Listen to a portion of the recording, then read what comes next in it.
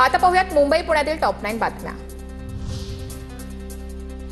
मुंबई शहर आणि उपनगरांसह ठाणे, रायगड, पालघर जिल्ह्यामध्ये उष्ण आणि दमट हवामान पुढील काही दिवस कायम राहणार। हवामान अभ्यासकांचा अंदाज, बुधवारी आणि गुरुवारी मुंबईचं कमाल तापमान 38°C वर।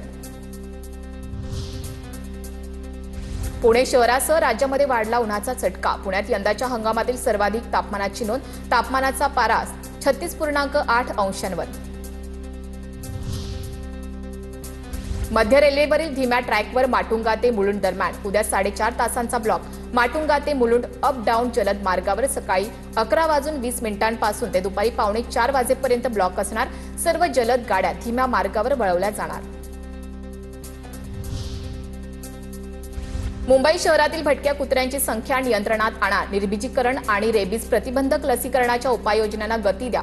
महापालिकेतील बैठकीत महापौर रितू तावडे यांचे यंत्रणांना आदेश।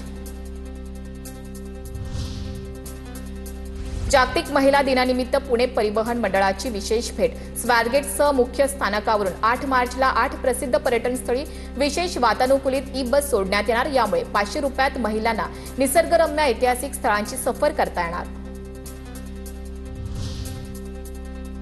ब्रिटिशकालीन एल्फिन्स्टन पुलाचे पाडकाम छोटे छोटे ब्लॉक घेऊन करण्यात येणार। मध्य रेल्वे मार्गावर मोठा ब्लॉक न घेण्याचा निर्णय। मध्य रेल्वेच्या ब्लॉकच्या प्रतीक्षेत पाडकाम रेंगाळलं।